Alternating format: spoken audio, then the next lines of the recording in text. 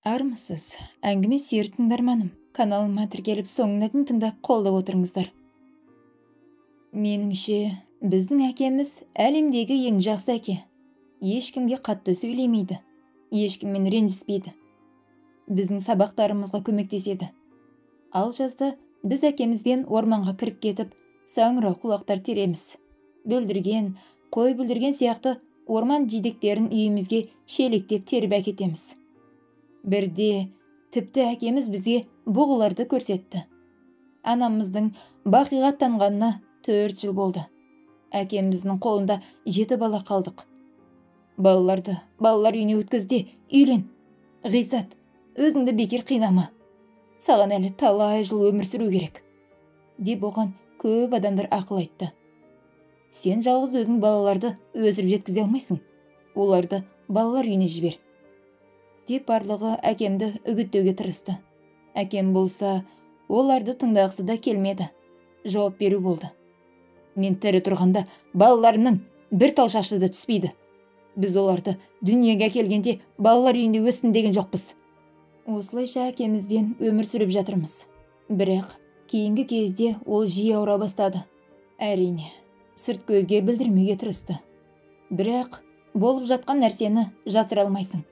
Қолдары менікі сияқты кішкене болып қалды. Қақпадан сыртқа шықпай қалғанына 1 жылдай болды. Оған не болып жатқаны бізге белгісіз. Анамыздың өлімінен кейін көп түндер бойы ұйықтамады. Терезенің алдында қозғалыссыз ұзақ тұрды, біреуді күтіп тұрғандай. Бір күні түнде мен ыстықтап оянып едім. Әкемнің анамның суретін құшақтаған қалпы отырғанын байқап қалдым. Ол кезде оның не ойлап отырғаны маған беймәлім болатын. Менің 2 үлкен ағам мен әпкем қазір қалада оқиды. Училищеде білім алып жатыр. Ендігі 2 әпкем Алсу мен Әлия, мен қарындасым Зүлфира әкемізбен тұрамыз. Мектепке барамыз. Кейінгі кезде әкем тіпті тамақ дайындауға да әлі келмей қалды. Сондықтан да 5-ші сыныптағы Әлияға көже қайнатып, нан илеп, оны пісіруді үйренуге тура келді. Оның пісірген күлшелері кішкене. Ал біз болсақ, анамыз пісіретіндей үлкен сұраймыз. Үлкен болайын. Сол кезде үлкен пісіретін боламын, жарайды ма? Ал қазірше маған соншама нан илеп пісіру өте қиын болып тұр, деп әпкеміз ақталатын. Көктемнің шуақты күндерін бірі еді. Қар баяғыда еріп кеткен. Алғашқы гүлдер шыға бастады. Көшеде қандай керемет. Әкеміз ғана үйден шыға алмайды. Ол күні бойы төсек тартып жатады. Балам, маған келші, деп мені өзіне шақырды. Иә, әке. Міне, жатып. Өткенді есіме алып жатырмын. Неге екен білмеймін. Ойым мені жас кезіме қарай ала қашады. Мен сендердің аналарыңды осындай тамаша бір күнде кезіктірдім. Содан бері қаншама су арнасымен ақты. Сол кездегі сәттерді бүгінгі күн сияқты есімде қалдырыппын. Сол шақтарда Гүлнұрыма алғашқы рет бәйшешектер сыйлап едім. Әкем үндемей қалды да қабырғаға қарай бұрылды. Ойланып жатты да сергек үнмен: ұлым, жазыққа барып бәйшешек теріп келші. Осы көктемде мен бәйшешектерді әлі көрген жоқпын. Сен теріп әкелген гүлдерді төсегім жанына қойып қарап жатайын. Мен тез келем, әке. Басымды изеп, мен бірден үйден жүгіріп шығып, тез арада ең әдемі гүл шоғырын алып кірдім. Бөлменің ішінде жұпар иіс қалқып жүр. Үйіміз жап-жарық болып, әкеміздің де көңілі бір серпіліп қалды.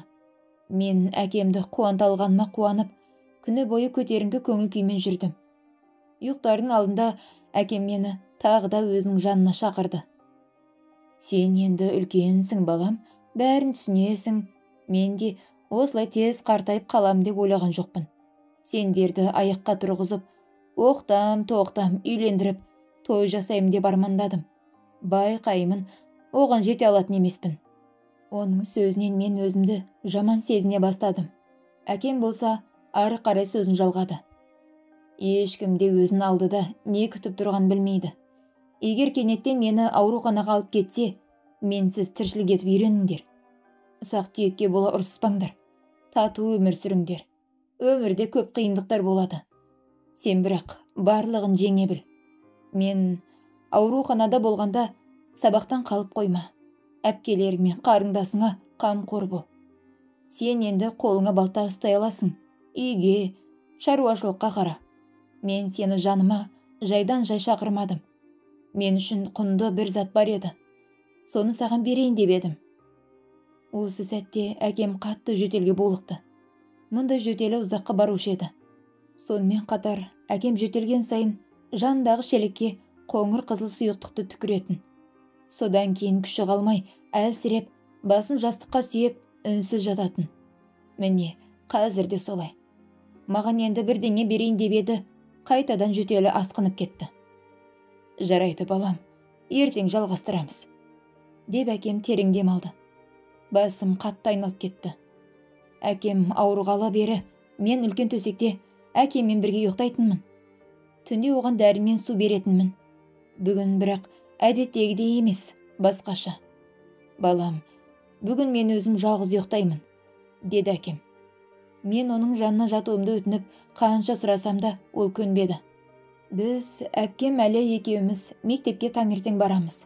Сондықтан ерте тұрамыз. Кейде мен қулық жасап, ұйқыдан оянсам да, жылы төсектен тұрғым келмей жатып аламын. Міне, осылайша Әлия тамақты ысытып, шай әзірлегенше жатамын. Үйдің ішін тәтті иістер алып кеткенде ғана төсегімнен атып тұрамын. Бүгінде көбірек жатқым келді. Әпкем тұрды, жуынды. Шәйнекте қайнады. Ыдыстардың сыңғыры естіле бастады. Мен болсам, әлі ұйықтап жатқан кейіп танытудамын. Әдетте, әкемде бізбен бірге шәй ішетін. Сондықтан Әлия алдымен дастарханға әкем шақырды. Әке, мен саған шәй құйып қойдым. Жауап болмады. Әке, шәй суып қалатын болды, деп әпкем шақырса да, әкем орнына тұрмады. Әлия оның төсегіне жақындады. Әкешім! Жан түршігерлік айқайдан мен төсегінен құлап түстім. Әлия ақ жаймадан да аппақ болып кеткен. Көздерінде қорқыныш. Өзінен бірдеңені қуып жатқандай екі қолын сермей береді. Бұл шудан басқалар да оянды. Әлия болса бір сөзін қайталай берді. Біздің әкеміз өліп қалды, көмектесіңдер, қайтыс болып кетті. Мені тоқ соққандай болды. Қалайша қайтыс болды? Бұл сөздерін менің сәби санам қабылдамады. Тісіме тимей сақылдап, тыныстау тым қиындады. Бір орнымда қаққан қазықтай тұрып қалдым. Жылай да алмадым. Бір сөз де айта алмадым. Балалардың ең кішісі, бірінші сыныпта оқитын Зүлфира нәзік даусымен жылап жіберді. Менің құлағымда енесінен алғаш айырылған күшіктің өксігіндей сол бір аянышты дыбыс әлі тұрғандай. Кішкентай қарындасынан кейін Алсуда жылап қоя берді. Үйіміз тоқтамайтын жылауға, жан күйдіретін өксікке толып кетті. Біздің жасымызды тоқтататын әлемде ешқандай күш жоқтай сезілді. Айналамыз қап-қара, көңілсіз болып қалды. Әкемнің төсегінің жанында төртеуміз ұзақ жылап отырдық. Әкеміз бізді аяп, орнынан тұрып кетер деп ойладық бекен, мүмкін. Әкетай, ояншы, бізді жылатпа, деп Зүлфира оның қолынан тартқылады. Ол болса еш қозғалыссыз жатты. Сөйте тұра, оның көздері ашық болды. Ал өлгендердің көздері ылғи жабық жатады. Мүмкін әкеміз бізбен ойнап жатқан шығар. Біз оның иықтарынан сілкіледік. Зүлфира тіпті оның шашынан да тартқылап көрді. Бір кезде біз әкеміздің алақанын қатты жұмып, бірдеңенің ұстап жатқан байқадық. Бұл біздің отбасылық фотосуретіміз болатын. Арамызда анамыз да бар еді. Қайда кетті сол бір бақытты күндеріміз? Мен өзімнің орманға қалай кетіп қалғанды білмеймін. Сірә, биік қарағайлардың арасынан жан тыныштығын іздеген болармын. Түске қарай үйге оралдым. Қақпалар айқара ашылып, аулаға адамдар лық толыпты. Барлығының көздері жылағаннан ісіп кеткен. Әр жақтан құлағыма әңгімелердің үзінді жерлері жетіп жатыр. Әй, сорлы байғұстар, әлі тіпті кіп-кішкентай ғой. Жылытатын бір жақын жандарды қалмады. Айтпа, аталар мен апалар да жоқ. Қыздар жылай бергеннен ісін кетіпті. Ақ матағы оралған әкемді бөлменің ортасына жатқызды. Үлкендер бізді жұбатып, тыныштандыруға тырысты. Иә, жер бетінде ешкім, ештеңе мәңгілік емес. Сендерге ауыр тиді, бірақ Құдай қаласа аяқтарыңнан тік тұрып кетесіңдер. Бұлайша көп жылай беруге болмайды. Көз жастарың әкелерінің қабіріне кіріп, ол содан кейін сыз жерде жататын болады. Кешке қарай қаладан үлкендеріміз, екі ағамыз бен әпкеміз келді. Біреулер оларға оқу орындары арқылы хабар бергенге ұқсайды. Қайтыс болған адамды бір түнге үйінде сақтау керек екен. Түнге қарай әкемнің мәйітінің жанына жас үлкен көршілеріміз жиналды. Балаларға марқұм болған адаммен бір үйде ұйықтау болмайтындықтан бізді қарама-қарсы үйге алып кетуге бекінді. Мен көршінің үйіне баруға қарсы болдым. Өйткені әкемнің өліміне әлі сенбеген болатынмын. Әкемнің жанында болғым келді. Жақсы, ұлына қалуға болады, деп ақсақалдар маған рұқсат берді. Көзімді жұмып қоймайын деп қорқып, түні бойы әкемнің мәйітінің жанында отырдым. Кенеттен ол терең демалды. Әкем тір, қараңдар, ол демалды, әкем өлген жоқ, деп айқайлап, орнынан атып тұрдым. Бетінен барып сипадым. Мен бірде естіген, біреуде қайтыс болды деп ойлаған екен, ал оның уақытша ғана жүрегі тоқтапты. Ол адам өзіне өзі келіп, орнына тұрғанда бәрін таңғалдырған екен. Мүмкін біздің әкеміз де өлмеген шығар. Үлкендер селт ете қалды. Бала шаршады, ұйқыға жатқызыңдар, деді біреу. Таңертең мен көршінің үйінде ояндым.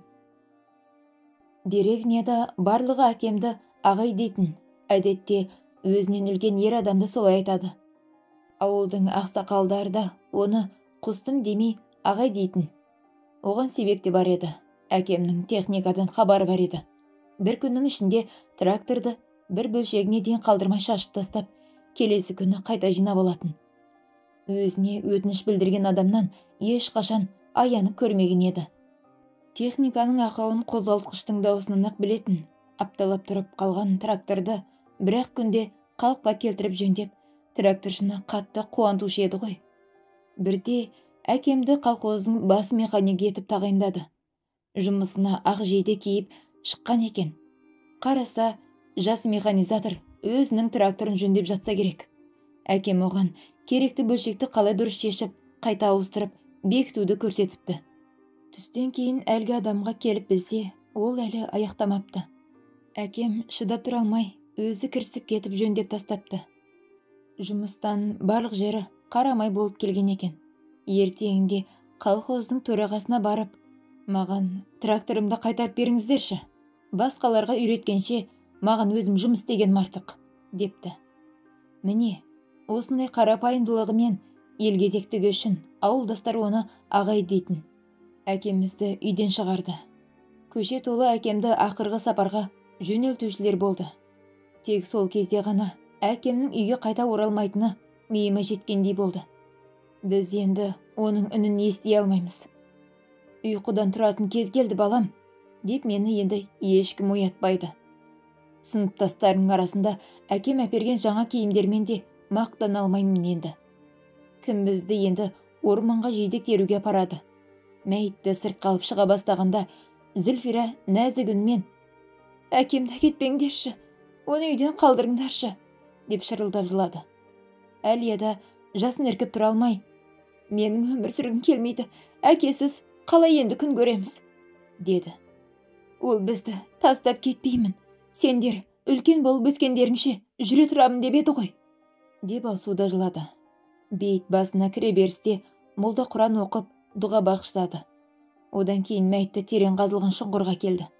«Әкелеріңді ақырғы рет бір көріп қалыңдар», деп молда бізді шақырды.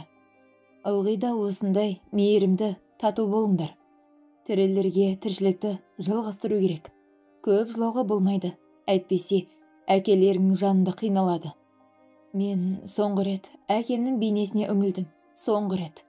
Оның жансыз денесін қазылған көрге ақырындап түсірді. Әкешім, деп мен емес, жүрегім бірге жолынып кетіп бара жатқандай айғайладым. Бізге 3 уыс топырақ алып, қабірге тастауды бұйырды. «Әкемді топырақпен көмбеңдерші». Зүлфира жігіттерге жүгіріп барып, күректерін тартып алмақшы болып жүр. «Өтінем, керек емес. Кетіңдер, сендер жаман адамсыңдар. Анамызды да сендер жерге көміп тастадыңдар. Мен білемін, ол жақтан ешкім қайтып келмейді». Ол кіп-кішкене қолдармен жігіттердің күректерін тартып алғысы келіп, жанталасып жүр. Оны қабір басынан алып кетейін деп біреулер ұмтылғанда, Зүлфира қолынан шығып кетіп, шалынып шұңқырға құлап кете жаздады. Үлкендер оны әрең дегенде ұстап қалды. Тез арада әке қабірі төмпешікке айналды. Оны ағаштармен қоршап қойды. Бұл адам тірі кезінде қандай жан еді?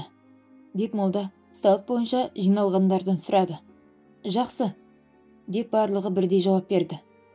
Ағай қайырымды, ықыласты адам болатын. Жәні жаннаттан болсын. Топырағы торқа болсын. Пейіште нұры шалқысын. Оның жаны жаннатта дамылдасын. Енді қадірлі қауым, үйлеріңізге қайтыңыздар. Бейіт басында көп тұруға болмайды, деп молда сөзін қорытындылады. Жетеумізді кішкене төмпешіктің жанынан алып кету қиын болды. Біз ол жерді айнала тұрып, жылап-сықтап өксіп, қиын күйге түстік. Әсіресе кішкене Зүлфираның қайғылы күйін көру бәрімізге ауыр тиді. Бұл жерде әкемізді қалай тастап кетеміз? Деп өкірді ол. Оған бұл жерде қорқынышты. Кім оған дәрісін әкеледі? Мен оны бұл жерде тастамаймын. Қане, оны үйге алып кетейік. Біз әкесіз қалай өмір сүреміз? Біз қабір басында ұзақ тұрдық. Менің жаңа үйілген топыраққа жата кетіп, құшақтап, бар даусымен, әкетай, мен сені ерекше жақсы көремін. Әлемде сенен артық адақты жан жоқ, деп айқайлағым келді. Бірақ ол менің кеш айтылған жүрек сөзімді бәрібір естімейді. Бұрын тіршілік қайнап жататын біздің үйіміз бірден босап, тып-тыныш болып қалды. Теледидарда, шкафтағы әдемі ыдыстарды көңілсіз жағдайды өзгерте алмады. Мен әкеме жұлып алып келген бәйшешектерде қурап қалды. Әкемді жерлеп келген соң, оны үйде еске алу үшін адамдар жиналды. Әйелдер дастархан жайып, барлығын еске алуасына шақырды. Бәрі дастарханға енді отырып жатқанда, үйге бір милиционер мен бейтаныс екі әйел кіріп келді. Милиционер үлкен әпкемді өзіне шақырып алып, құлағына бірдеңелерді сыбырлап жатты. Оған не айтқанын білмеймін. Бірақ әпкемнің беті бірден бозарып сала берді. Үйге қайтқым келеді.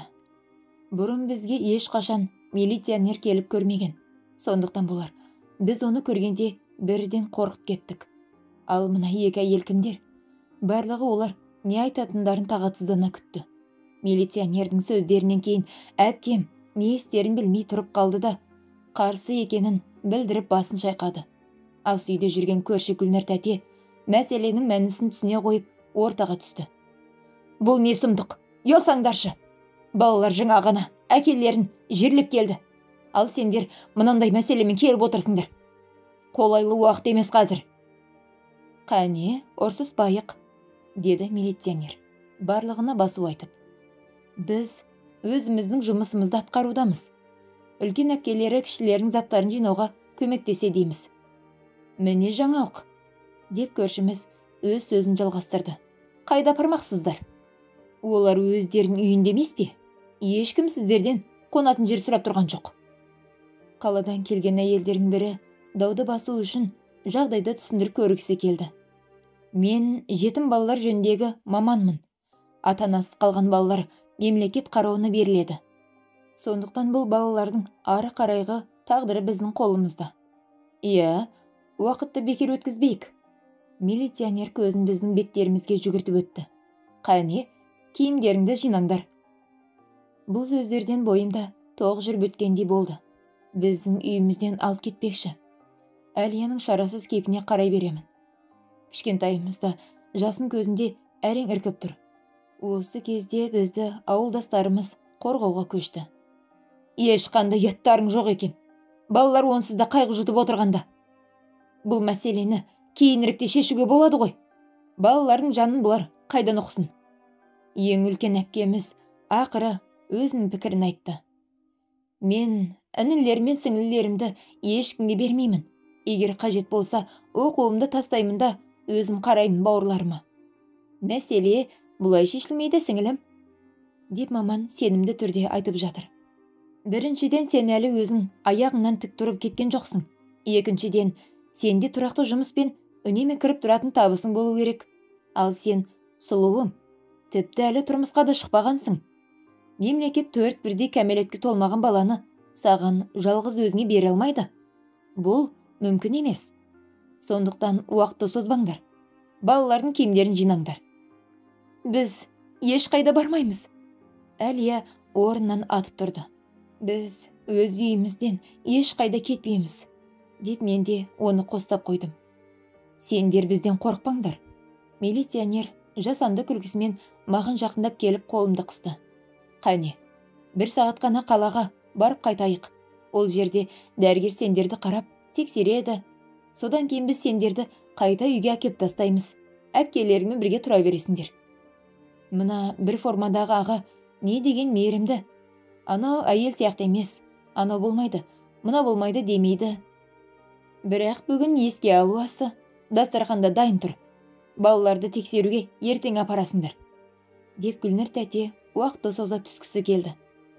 Жоқ, бүгін апарамыз. Деп милиционер өз сөзін табандылықпен айтты. Балалар ауыр қайғыны бастарынан кешірді. Оларға психологиялық көмек қажет. Оларды қараусыз қалдыруға болмайды. Балақай, сен қалаға барғың келеді ғой?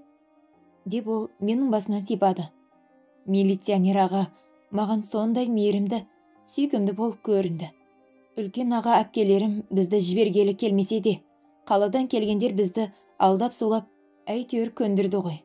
Бізді 1 сағаттан соң қайтадан әкеп тастаймыз деп тұр. Несін қарсыласамыз? Бізді көлікке отырғызды. Киімдерімізді салды, кеттік. Мен туған үйіме қарап, көзімді терезеден аудара алмадым.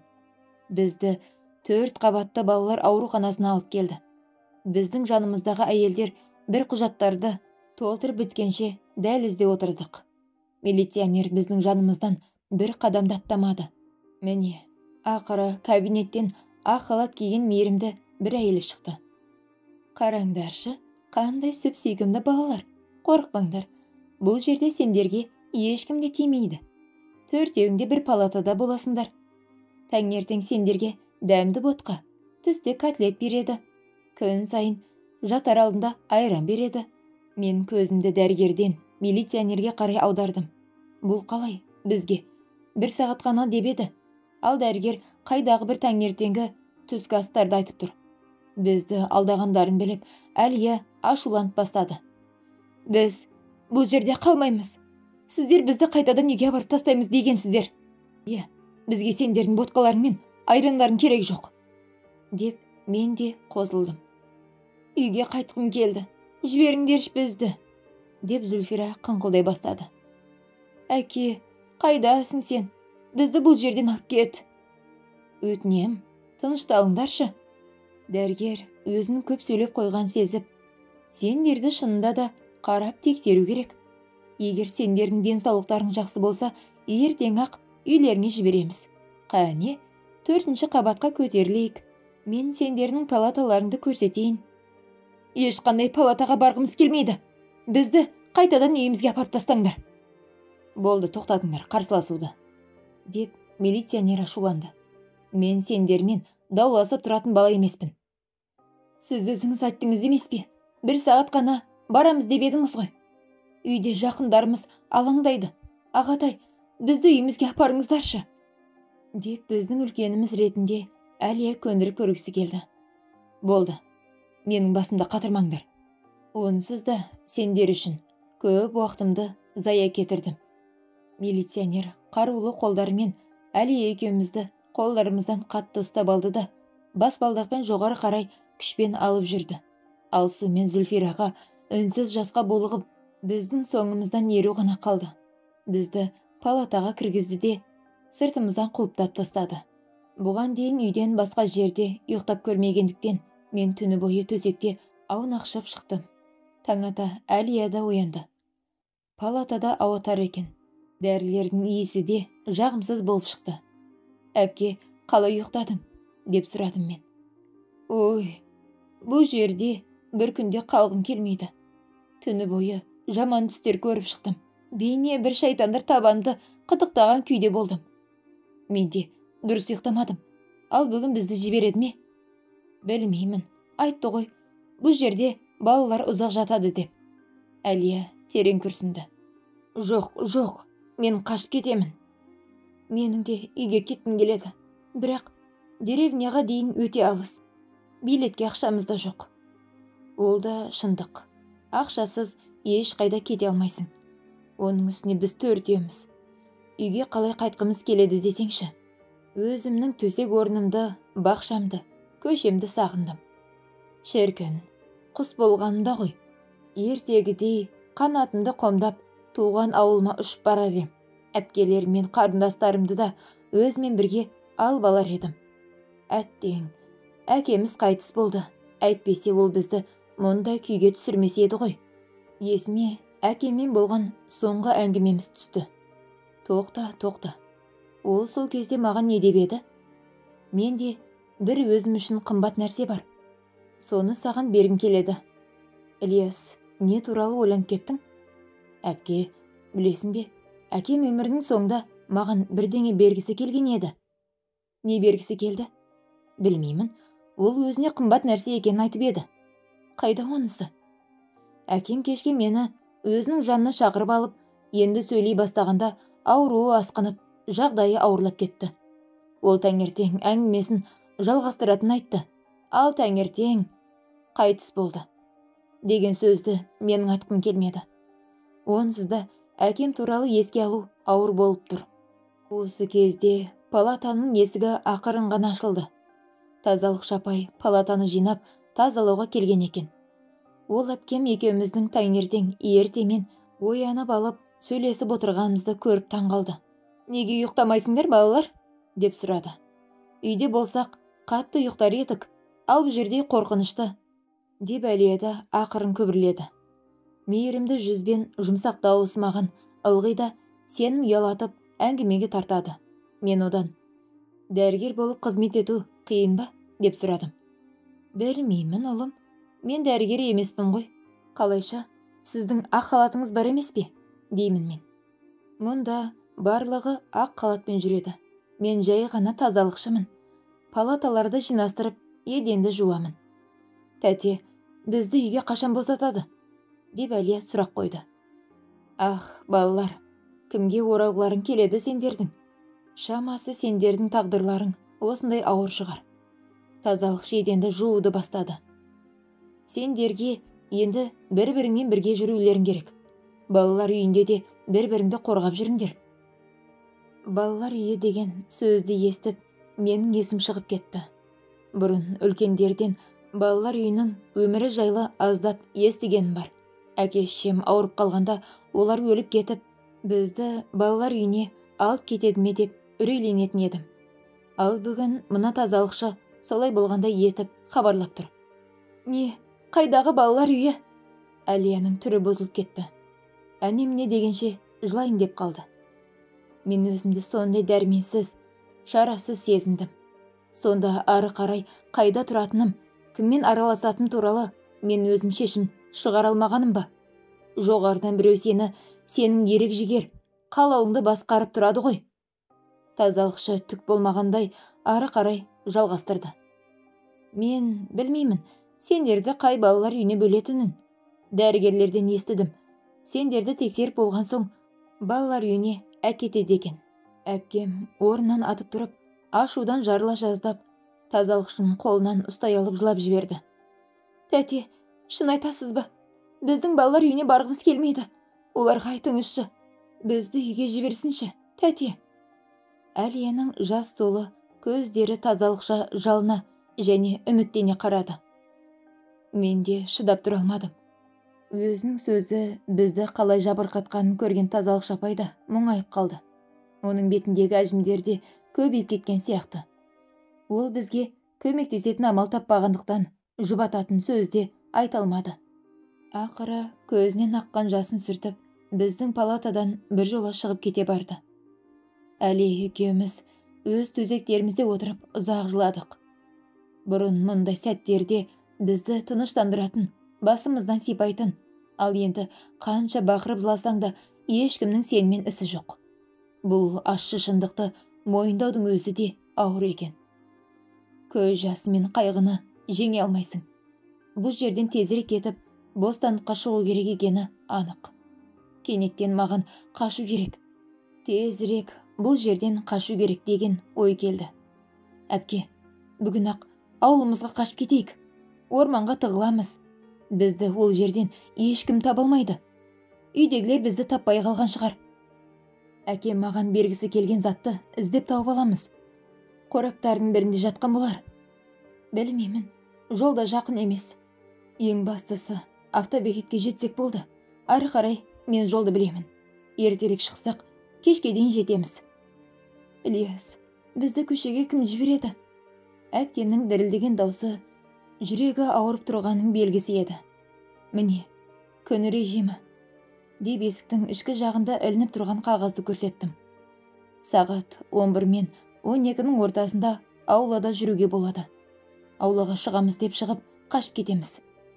Біздің даусымыздан кішкентай Зүлфира оянып кетті. Ол көзін ашпастан-ақ жылай бастады. Әпке, үйге қайтайықшы. Бұл жерде жаман қорқынышты. Әлия оны үлкендерше жұбатуға кірісті. Жылама, кішкентайым, жылама. Бүгін ақ үйге жетеміз. Сен бірақта жылама, жарай ма? Жарайды, жыламаймын.